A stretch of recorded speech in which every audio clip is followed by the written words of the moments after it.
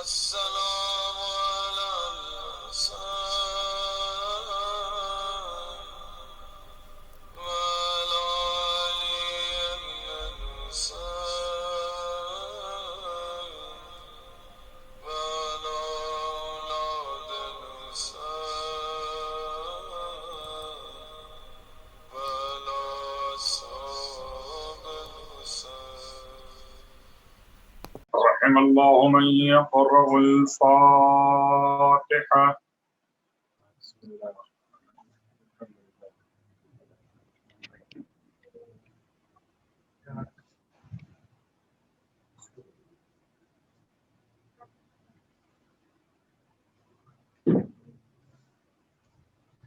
اور ایک مرتبہ سورہ الحمد اور 3 مرتبہ سورہ اخلاص کی تلاوت کی التماس مرحوم سید اظہار حیدر نقوی ابن سید تسلیم حیدر نقوی اور مرحوم سید فیاض حسین ابن سید خادم حسین، تمام حاضرین کے مرحومین، تمام شہدائے ملت جعفریہ، تمام شہدائے اسلام اور تمام ارواح مومنین اور مومنات کو شامل فرماتے ہوئے ارسال فرمائیے۔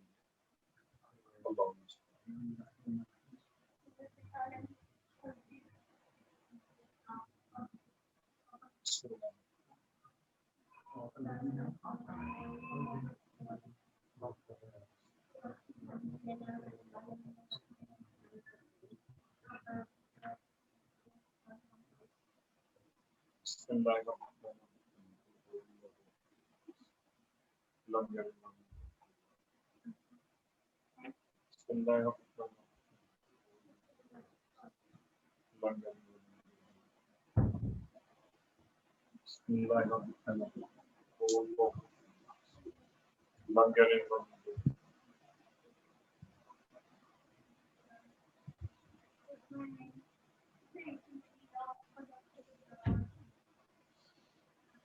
أعوذ بالله من الشيطان اللعين الرجيم بسم الله الرحمن الرحيم الحمد لله رب العالمين والصلاة والسلام على أشرف الأنبياء والمرسلين سيدنا أبي القاسم محمد صل على محمد وعلى أهل بيته الطيبين الطاهرين واللعنة الدائمة على أعدائهم أجمعين. أما بعد فقد قال الله تبارك وتعالى في كلامه الحميد وفرقانه المجيد قوله الحق وهو أصدق القائلين. بسم الله الرحمن الرحيم وجعلها كلمة باقية في عقبه. صلوات پڑھ لیں محمد والے اللهم صل على محمد وآل محمد. تمام تعریفیں خداوند عسکری کے لیے اور تمام حد گئے درود و سلام خانواد عسکری کے لیے. الحمدللہ الذی جعلنا من المتمسکین بالقرآن العظیم وجعلنا من المتمسکین بولایت علی ابن ابی طالب علیہ السلام.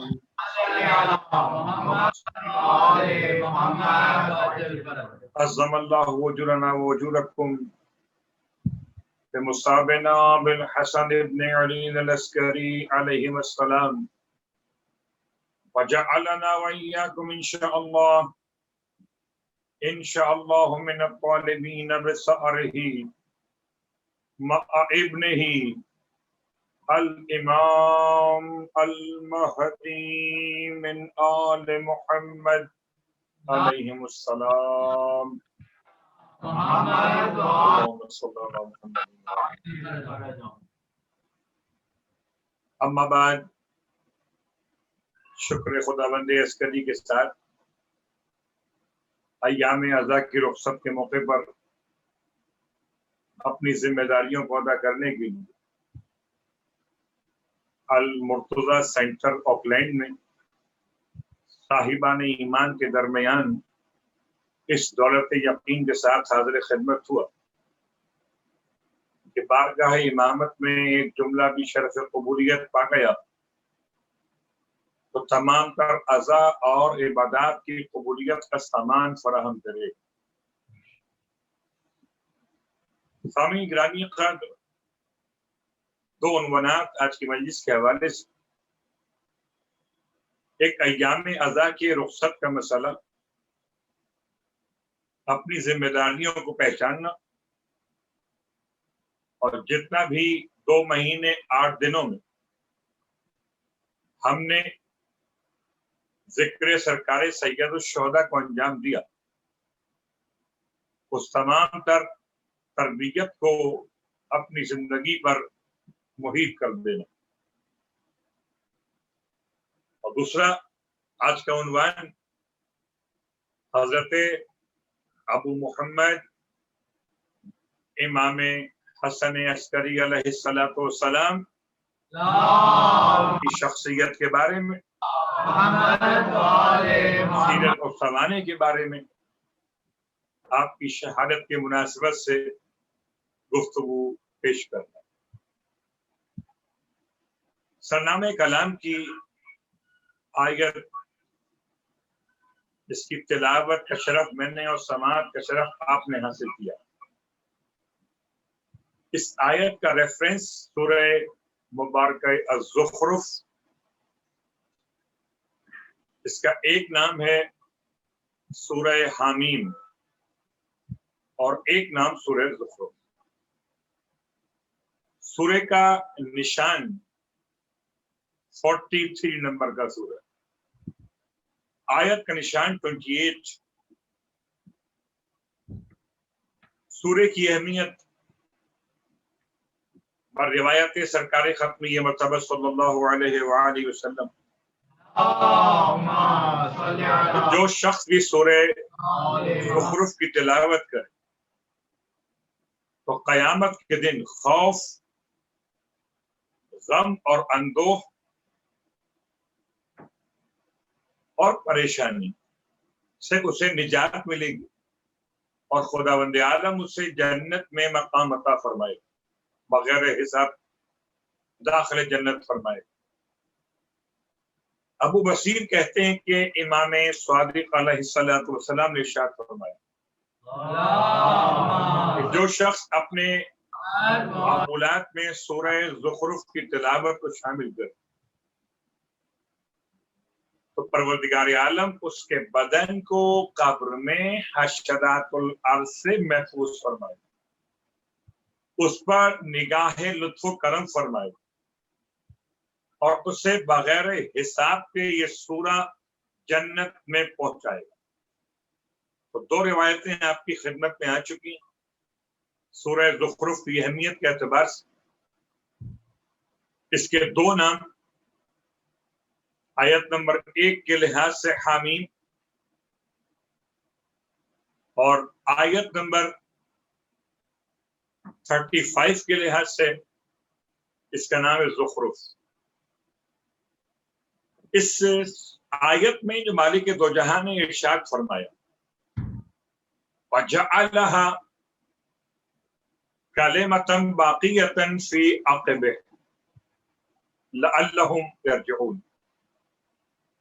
اور قرار دیا، وَجَعَلَ بنایا، قرار دیا، رکھا. ہاں، وَجَعَلَهَا، ہاں کا مطلب اختلاف تفصیل. توحید، کلمۃ الاسلام، کلمۃ التوحید، کلمۃ الاسلام، کلمہ طیبہ، اور چوتھا معنی یہاں پر الامامہ، وجعلها کلمۃ التوحید او کلمۃ الاسلام او کلمۃ طیبہ او الامامۃ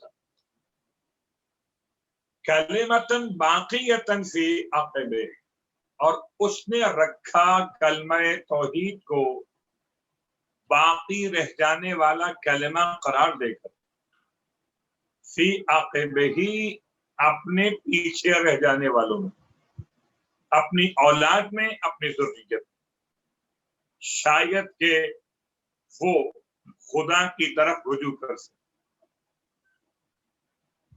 ایک تو ترجمہ آیت،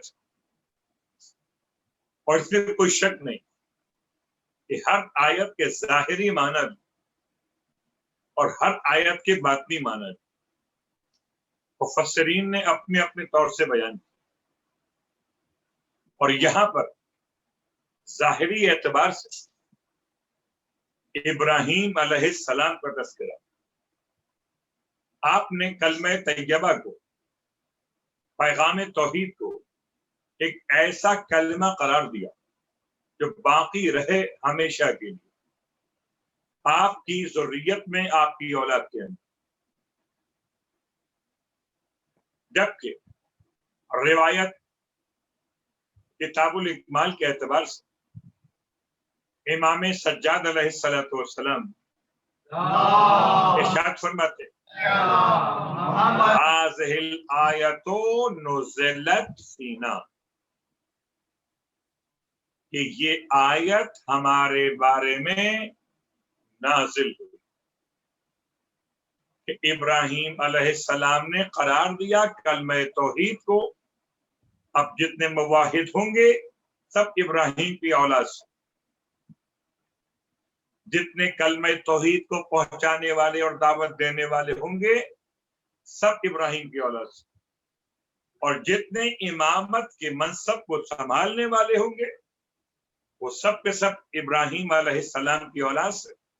اور چوتھے امام فرماتے ہیں خاص طور سے امام حسین علیہ السلام۔ اس آیت کو بہت کم پڑھا جاتا ہے امامت کے موضوع پر، جب غدیر خم کے خطبے میں سرکار ختمی مرتبت احمد مجتبی محمد مصطفیٰ صلی اللہ علیہ وآلہ وسلم آپ نے اس آیت کو اپنے خطبے میں امامت کے عنوان میں بیان فرمایا۔ فرماتے معاشر الناس، ایک گروہ انسان، ان القرآن یعرفکم، بے شک کہ قرآن نے تمہیں معرفت کرائی امامت، امامت علی کے بعد ان کی اولاد بعدہ ولدہ، اور پھر وعرفتکم، اور میں تمہیں پہچان کروا چکا کہ انہم منی ومنہ، وہ سارے کے سارے امام علی سے اور مجھ سے ہوں گے۔ تو قرآن نے جو معرفت کرائی امامت، کہ امامت اولاد علی ابن ابی طالب علیہ السلام میں ہوگی، آپ فرماتے ہیں یقول اللہ فی کتابہ، اللہ ارشاد فرماتا ہے اپنی کتاب مجید کے اندر، وَجَعَلَهَا كَلِمَةً بَاقِيَةً فِي عَقِبِهِ، اور میں کہتا ہوں کہ یہ دونوں ان تمسکتم بہما لن تضلوا بعدی، یہ قرآن اور میرے عترت، میرے اہل بیت، یعنی کہ اولاد علی ابن ابی طالب علیہ السلام یہ دونوں آپس میں کبھی جدا نہ ہوں گے حتی یرد علی الحوض، یہاں تک کہ میرے پاس حوض کوثر پر پہنچے۔ تو قرآن نے تعارف کرایا سورہ زخرف کی آیت نمبر 28، اور پیغمبر نے تعارف کرایا حدیث ثقلین، امام اولاد علی ابن ابی طالب علیہ السلام۔ بہت تفصیل میں آیت کے مطالب کو بیان کرنے کا وقت تو کم ہوتا ہے، شخصیت پر بیان، امام کی سیرت کا بیان شروع کرنے سے پہلے ہم چاہیں گے کہ 2 مہینے 8 دن ہونے کو آ رہے یہ ٹریننگ سیشن مکمل ہونے کو آ رہا،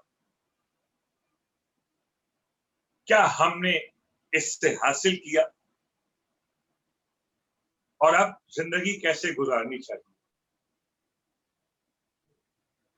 اللہ اکبر، مولا کی محبت تو قربان جائیے، ہم نے اپنا مزاج بدلا، لباس بدلا، بود و باش بدلے، اپنے اوقات کار کو بدلا۔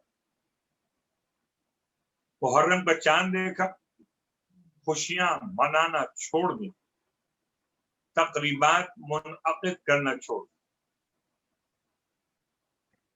ہم نے کوشش کرتے جہاں تک جیسے ممکن ہوا لباس سیاہ کو پسند کیا، کالے لباس کو پسند کیا۔ ہم نے اپنے اوقات کار کو بدلا، ذکر حسین کے لیے شرکت کرنے کی خاطر اپنے تمام تر پروگرامز کو مینج کرتے ہوئے مجلس میں جانے کا وقت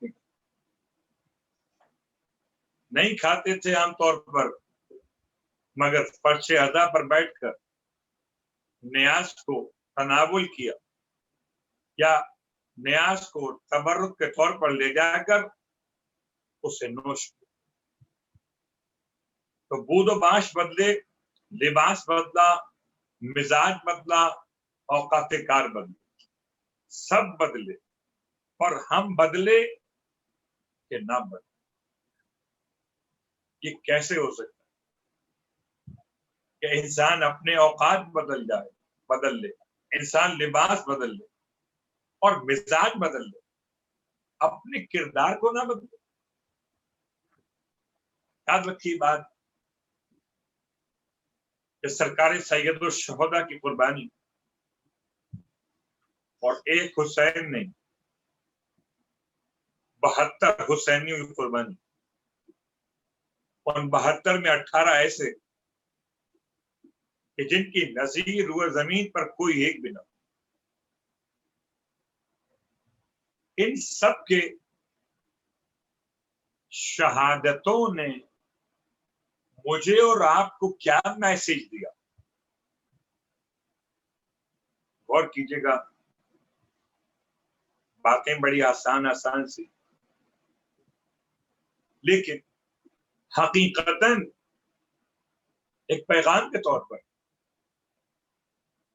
میں اس کو یوں کہوں کہ سانحات سے انسان سیکھتا ہے، حادثات سے انسان پیغام لیتا ہے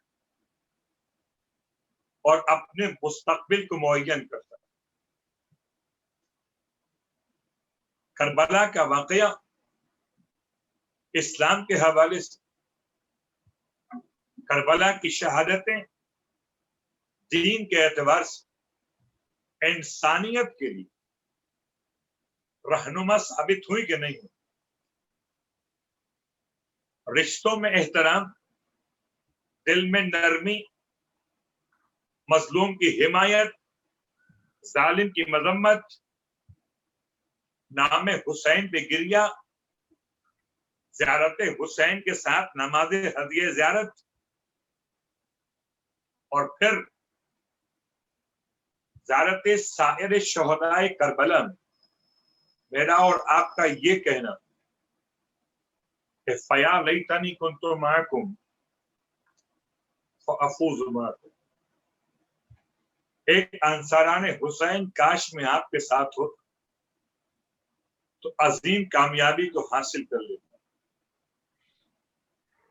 اور پھر اس بات کو سمجھنے کے لیے 40 سرکار سید الشہداء کی قبر مقدس کا پہلا زائر صحابی رسول جابر ابن عبداللہ انصاری قبر حسین کے دوسرے زائر جناب عطیہ العوفی کے ساتھ گفتگو کرتے ہوئے فرماتے کہ اللہ کے حبیب نے ارشاد فرمایا اگر کوئی انسان کسی قوم کے عمل پر راضی ہو تو خدا اسے اس قوم کے ساتھ شامل فرما لیتا ہے، اور اگر کوئی انسان کسی قوم کے عمل محبت کرے تو قوم کے ساتھ راضی، قوم کے ساتھ شامل ہو جائے، اور اگر قوم کے عمل پر راضی ہو تو قوم کے عمل میں شریک قرار دیا جائے۔ ہم اور آپ محبت کریں شہدائے کربلا سے تو شہدائے کربلا کے ساتھ شامل کیے جائیں، اور اگر شہدائے کربلا کے عمل پر راضی ہیں تو شہدائے کربلا کے عمل میں شریک قرار دیے جائیں۔ غور کیجیے گا، یہ ہے پیغام کہ 2 مہینے 8 دن کے بعد اب اگر میں محرم کے آنے سے پہلے گنہگار، خطا کار، معصیت کار گھر میں اپنے اعزاء احباب پر ظلم کرنے والا، کسی کی امانت کو واپس نہ لوٹانے والا، وعدہ کر کے بھول جانے والا، جھوٹ بولنے کو اپنی عادت بنانے والا، ان تمام برائیوں کو دھو دیا محرم نے۔ اب ایک نیا انسان چاہیے۔ جب 2 مہینے 8 دن ختم ہو تو اس ٹریننگ سیشن کے بعد ایک مکمل فوجی چاہیے، ایسا حامی اور ناصر حسین کہ حسین سے چلے اور امام زمان تک پہنچے۔ صلوات پڑھ لیں محمد علیہ اللہم صلی اللہ علیہ وسلم۔ یہ تو بات تھی میسج کے حوالے سے، اور تاریخ آپ کی خدمت میں اشارہ مکمل کر رہا ہوں۔ سامرہ میں ایک ایسی شخصیت کا ماتم، مدینے میں ایک ماتم اور ایک ماتم سامرہ۔ مدینے کا ماتم اہل بیت کے قافلے کی آمد کے حوالے سے، اور ماتم سامرہ میں امام عسکری کی شہادت کے حوالے سے۔ بھائی پہلے غور کرتے کہ امام کی خدمات، امام کی سیرت کل 28 برس، امام کی مدت حیات ظاہر،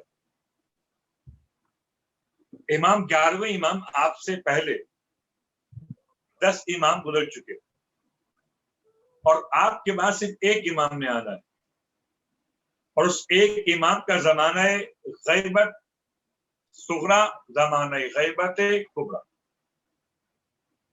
ایک طویل ترین غیبت زمانہ غیبت کبرا، اور اس سارے زمانے غیبت کے لیے 12واں امام تیار نہیں کر سکتا اہل ایمان کے اذہان کو، کیونکہ اس کی تو ابتدائی غیبت سے ہو رہی۔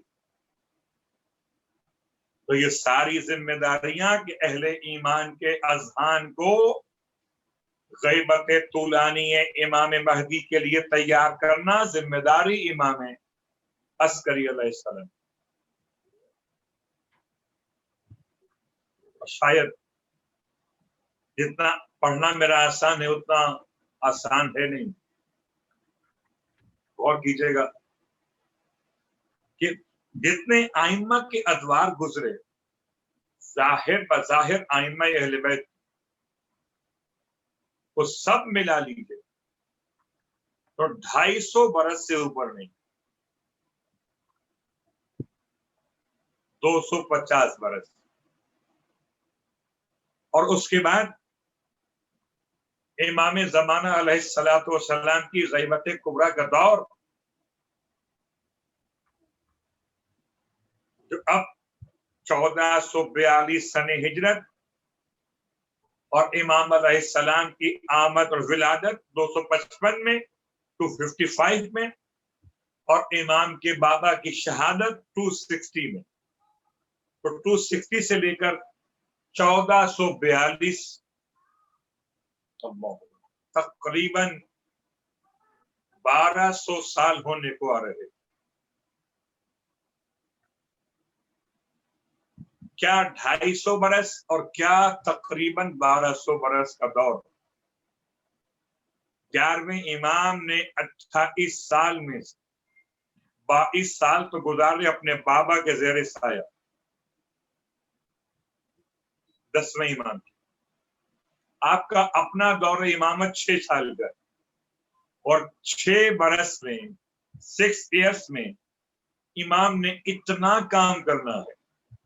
جب غیبت کبریٰ اتنی طولانی ہو جائے کہ 2000 سال تک پہنچ جائے مثلا، تو یہ 6 سال میں اتنا کام کرنا چاہیے کہ پورے زمانہ غیبت کے لیے کفایت کرے. اس اعتبار سے 11ویں امام کی شخصیت باقی ائمہ اہل بیت کے حوالے سے ایک ایسی شخصیت قرار پاتی کہ جس کے کانٹوں میں بڑا بوجھ ہے. اللہ. اور یاد رکھیے امام نے اپنی ذمہ داری وہی باتیں ہو سکتی یا تو نبھایا یا نہیں نبھایا، اور یہ ممکن نہیں کہ نبھایا نہ ہو، ذمہ داری کو انجام نہ دیا، پھر ذمہ داری کو انجام دیا تو نظام بنا کر گئے. نظام مرجعیت، نظام فقیہ، نظام اجتہاد اور تقلید، ایسا نظام بنا کر گئے کہ آج زمانہ غیبت میں شیعت یتیم نہیں ہے. شیعت کے والی و وارث آج کے دور کے مراجع عظام ایک فتویٰ تشیع کے لیے کوئی ایک حکم تمام تر شیعان جہان کے لیے ان مراجع کا، ان رہبروں کا پورے نظام کو بدلنے کے لیے کافی. اللہ، یہ ہمارے اور آپ کے بنائے ہوئے نظام نہیں ہے، یہ مولا کے بنائے ہوئے نظام. اس اعتبار سے امام کی ذمہ داریاں، امام کی شخصیت، اور دل چاہتا ہے کہ آج آپ کی خدمت میں 2-4 جملے بیان کروں.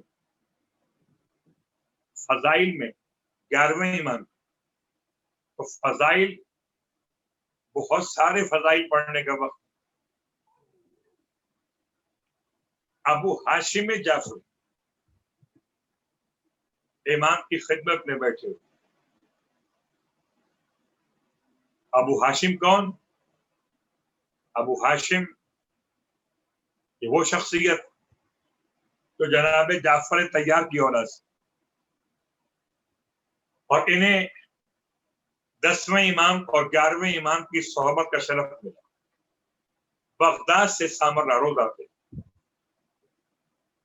اور امام سے کہتے ہیں مولا اب تو بدن میں کمزوری ہو گئی اور حیوان سواری بھی پرانی ہو گئی، یعنی کمزور ہو گئی. امام نے دعا فرمائی کہ ابو ہاشم ہم اللہ سے دعا کرتے کہ اللہ تمہیں اور تمہاری سواری کو توانائی عطا کر دے. اور امام کی دعا ایسے قبول ہوئی کہ آپ ایک نماز پڑھتے تھے بغداد میں اور اگلی نماز پڑھتے تھے سامرہ میں امام کے ساتھ. ابو ہاشم مشکلات کا شکار ہوئے. امام نے اپنے عصا کو زمین پر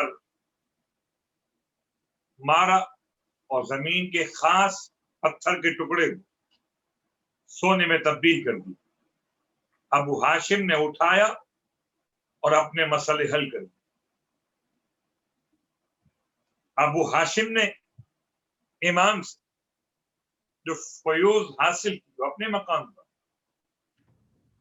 امام کے شاگردوں میں سے ایک عظیم شاگرد شہزادہ عبد العظیم حسنی،